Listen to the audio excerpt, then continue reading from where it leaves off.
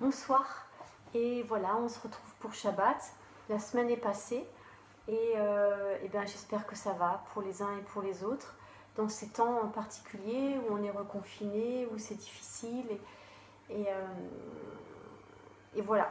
Je ne sais pas trop quoi dire parce que je veux vous partager quelque chose d'un peu difficile. Ce que je voudrais vous partager, c'est que j'ai pas de refaire un enseignement tous les jours comme j'avais fait. C'est pas ce qu'on a reçu du Seigneur. Le Seigneur nous a pas demandé de faire ça.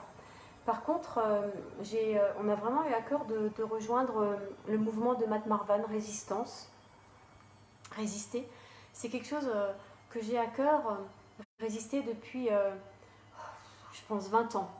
20 ans, et c'est quelque chose que j'ai eu à cœur quand j'ai découvert le chant de Rolf Schneider sur Marie Durand, Résister.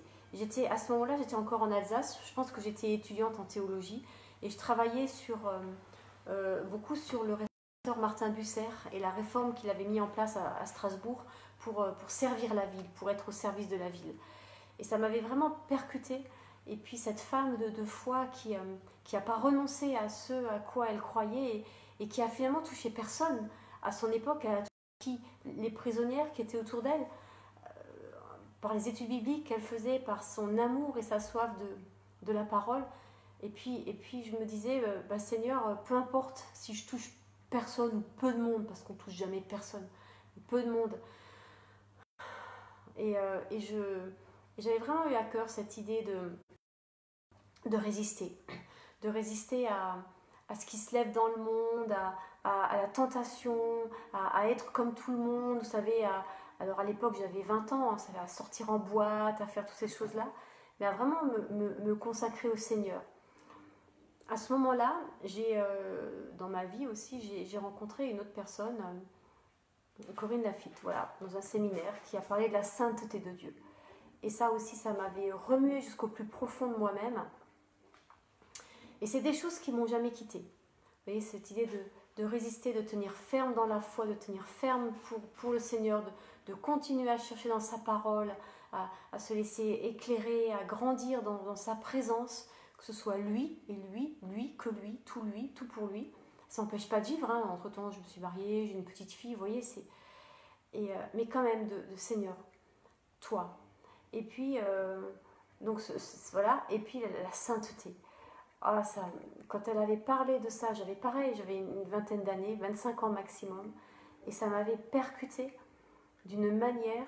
Et vous savez, en ce moment, en ce deuxième temps de confinement dans lequel on est, c'est comme si le Seigneur ramenait ces choses sur le devant de la scène, un peu comme de la scène de mon cœur et de ma vie, un peu comme un premier amour. Dire, mais tu avais ça, tu avais ce feu quand tu étais plus jeune et je l'ai perdu parce que quand on est pasteur, il faut trouver des équilibres. C'est un mot important pour moi. Et puis parfois dans ces équilibres, on se perd un peu. Voilà. Et puis là, j'ai vraiment été appelée à quitter ce ministère plus classique pour entrer dans autre chose.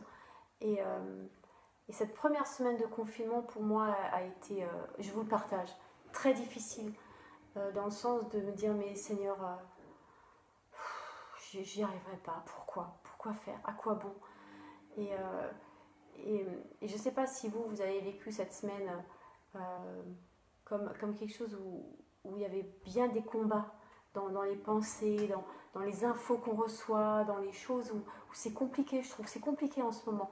Et puis moi j'ai ma fille qui a 10 ans qui va à l'école, il faut leur mettre le masque, d'accompagner tout ça. Et d'entendre les bruits qui montent. Vous savez, on habite sur les hauteurs, dans le château. Enfin, non, à côté, pardon, on n'habite pas dans le château, à côté. Et c'est d'entendre comme une clameur qui monte, des gens qui sont en colère, ils ont peur, ils ne savent pas, on ne sait plus quoi faire. Et je suis comme en haut, et tout ça monte vers moi. Et je dis, Seigneur, mais... alors ça ne me submerge pas, je vous rassure, mais tout ça, je dis Seigneur, mais comment on répond? C'est quoi la réponse que tu attends de nous, de moi en tant que chrétienne? Pas en tant que pasteur, en tant que chrétienne? Je réponds comment à ça? Et c'est ce qu'on a posté, je crois, ce matin sur Uitanu, la lumière. Le Seigneur disait, allume la lumière. La seule réponse à la peur et aux ténèbres, et les ténèbres vont grandissantes, et souvent on le sait, hein, les choses qui sont autour de nous dans le réel ont aussi une résonance dans nos cœurs, dans nos âmes, et aussi spirituellement. Les ténèbres vont grandissantes. L'obscurité, les nuits se rallongent, les journées se raccourcissent jusqu'au 24 décembre.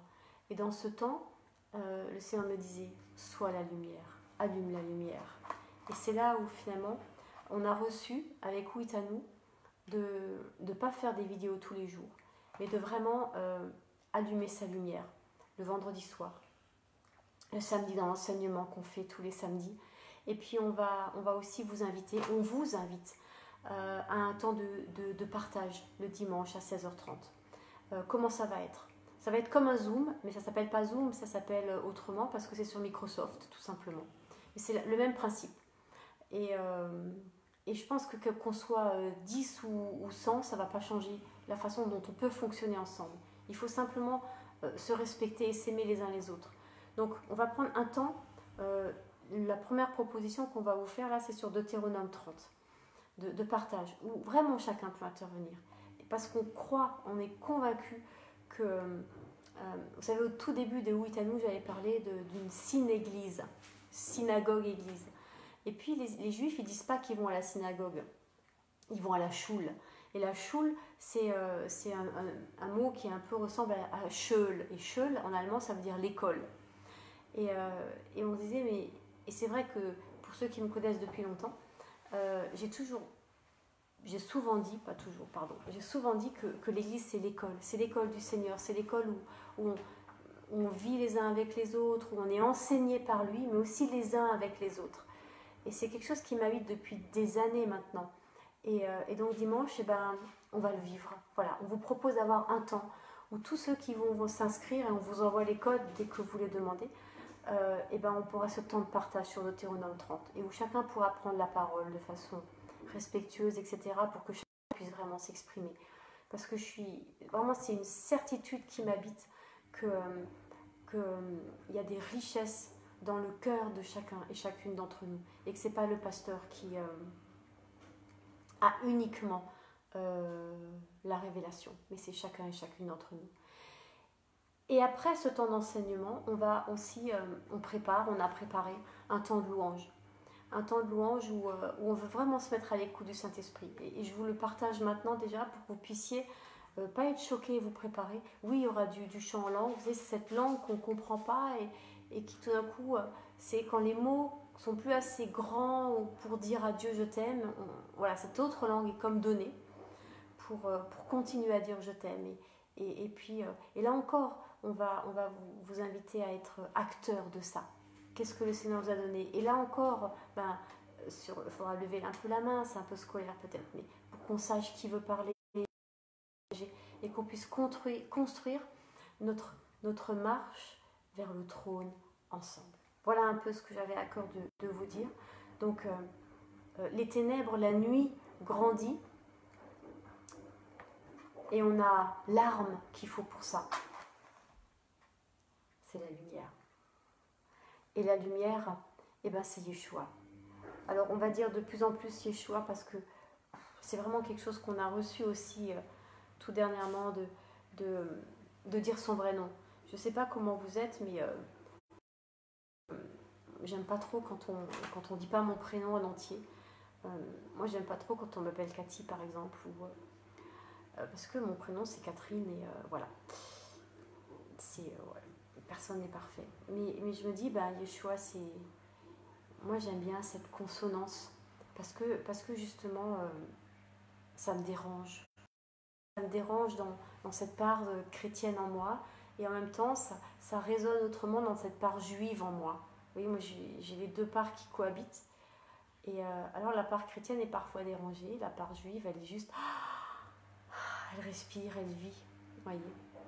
Et c'est intéressant de l'accueillir, de l'accueillir, de s'accueillir au fond soi-même dans les diversités qu'on porte en nous. Et on en porte tous plein des diversités. Et c'est ça qui est chouette. Et il ne faut pas forcément essayer de les associer, vous voyez, mais simplement les laisser comme résonner les unes avec les autres. Yeshua, c'est ce qu'on veut dire. Tu es celui qui fait fuir les ténèbres. Et c'est ce qu'on veut proclamer. Et dans les ténèbres qui en ce moment montent en moi, eh ben, je veux me réjouir. Je veux me réjouir de tout ce qui monte de mon cœur, de toutes les peurs qui émergent, de mes craintes, de tout ce qui est en moi et qui cette semaine m'a comme submergée. Parce que j'ai deux possibilités. Soit je dis c'est l'ennemi qui m'attaque. C'est pas faux, hein. C'est pas entièrement vrai.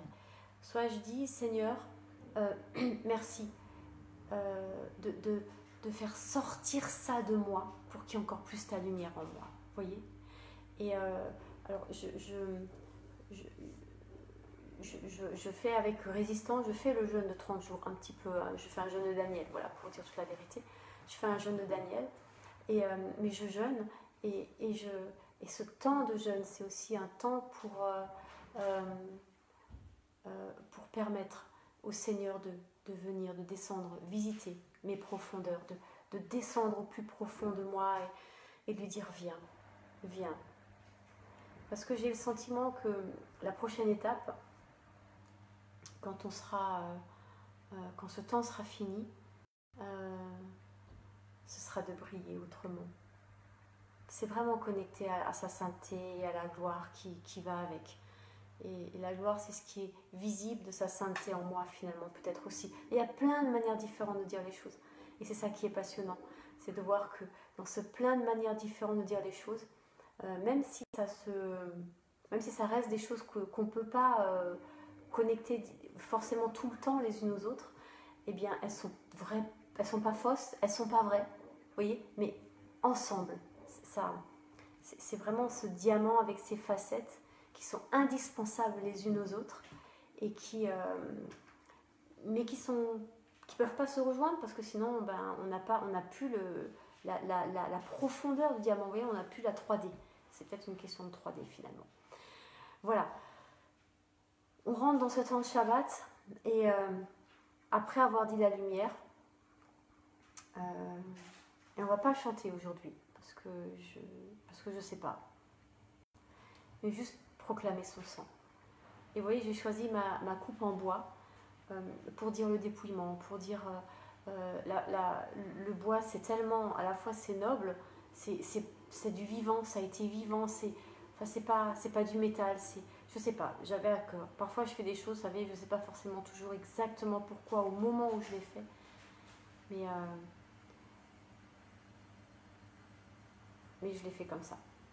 Seigneur, je te prie vraiment que dans ce temps où tu viens nous rencontrer, où tu viens encore nous humilier, nous dépouiller, et moi j'aime l'idée que c'est le Seigneur qui m'humilie, parce que si lui m'humilie, d'abord c'est de la bonne manière, c'est avec douceur et avec amour, ça me semble indispensable. En plus, Jésus n'a pas vécu autre chose, il a appris l'humilité par les choses qu'il a dû souffrir, donc c'est pour la souffrance, pas parce que je suis maso, mais parce que ça fait sortir ce qui doit sortir pour que tu puisses me remplir de ton esprit, de ta présence, de ta lumière. Amen. Seigneur, ton sang, Yeshua, ton sang.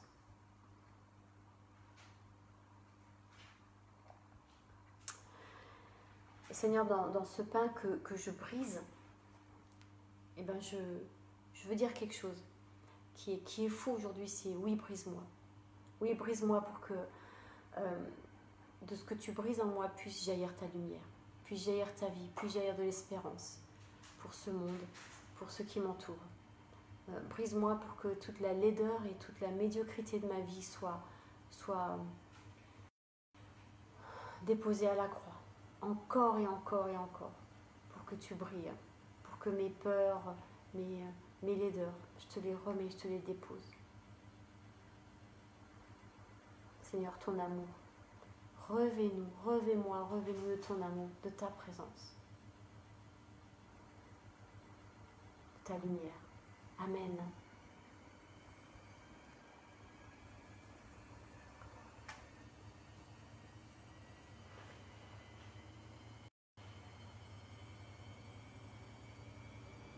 Seigneur, dans ce temps,